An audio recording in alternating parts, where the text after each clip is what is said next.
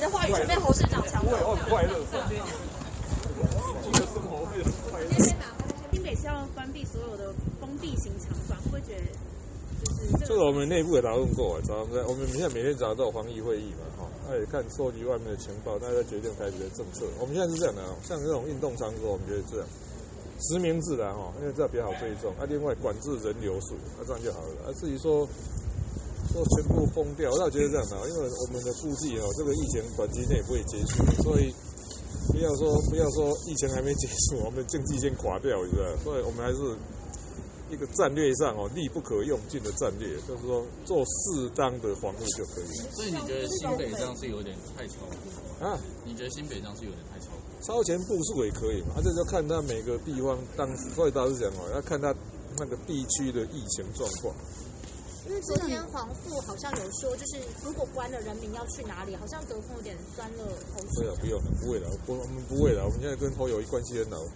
不过您才跟他见面而已，有大概聊了什么？因为双方因为这样的首都生活圈嘛，那个这有个笑话嘛，那时候我们不是有个随机杀人嘛，可是那个好像户籍是在我们台北市，然后他在新店杀人。那我就说可是我们那个学校是学生是住你们新北市，可是在来我们台北念书，而这个意思就是说首都生活圈其实混在一起了，也没什么好抱怨的。所以应该要互相合作。所以比方说 SOP 我们可以共用，但是防疫旅馆可以统一调度这样的话双方都会比较都有好处。所以在26号的时候我们会讨论看看这个首都生活圈的概念，你知道吗？有哪些防疫的措施我们是可以互通有无的。这样，但现在说要合作，但是因为封闭型场馆这个政策你们就没有同步啊，这样会不会略有？这一样嘛，合作是这样的像如果有些医疗上的防疫措施要合作，这最重要的是我们开玩笑说我们联谊的副总院长跟他们卫生局长是夫妻嘛，所以可以确保我们双北的在卫生行政上面一定是会比较确保一致，你知道吗？那防疫旅馆也可以共用，所以是这样的不可能100%相同，但是 key point 的就是那种重点的地方越一致越好。防疫旅馆台北市补助7000元，但是有些民众觉得就是说你去住14天很贵，但7000元的话其实不够。这个是 copay 的概念因为是这样，就好像那个健保药费如果是100%免费，我就大家乱用。现在如果是说去住防疫旅馆不要钱，那大家一定说我很久没住过，3万掉去住看好了，所以不可能嘛。而且旅馆有贵有便宜的，所以我们叫 copay， 就是部分负担的概念。这概念是这样的，在这一段时间你知道我们有大量的留学生从欧洲、美国回来，这回来检疫的话事实上我们台北，特别是我们台北市有的家庭你知道房间没有几个，甚至说住套房，你知道说2个人住套房，那个厕所浴室共用，那怎么居家隔离嘛？要做居家检疫有困难，所以后来我们就想出一个方法，那个要被居家检疫的住家里，那个正常的去住旅馆，而且对旅馆来讲他收一个正常的市民，那没有问题嘛，对不对？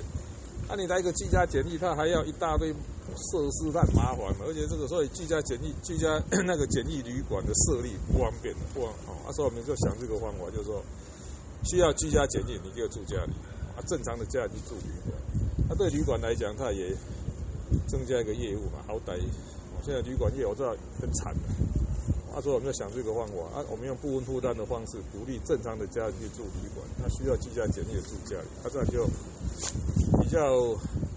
比较smooth了。这样子，防疫旅馆好像台北市的是比较贵的，相较于其他县市。台北市什么都贵，不是只有防疫旅馆贵这个，但是对很多那种航空公司的外国人来，基于交通上的方便，他还是喜欢住台北市。有跟中央谈到补助吗？有跟中央谈到补助了吗？这个7000块的补助。这个是这样我们像这个是我们地方政府可以决定的，我们就出了。我们现在是这样，我们第一灾害准备金有7亿嘛，那第二预备金还有大概7亿了。我们希望说，其实在这个疫情的过程，我们大概下个礼拜1还是会发布一下台北市的紧急的纾困方案因为我老实讲，我很怕一些企业撑不住倒闭，一倒闭的话有失业很麻烦，所以那种营业额会下降超过50%的企业，我们还是会优先救。这个我们原则上是至少它不可以倒闭。国中现在预防性的停课了，有没有掌握到状况？详情我不晓得啦，不过我想它是当做一个演练可是我们要演练一下演练。不过是这样的，这种疫情的消息还是由中央统一发布吧。但这样会不会有一点反应过度？因为现在好像就是只有疑似而已，连确诊都没有。对啊，所以也不用太当做演习可以的，但是不用当做不会常态处理。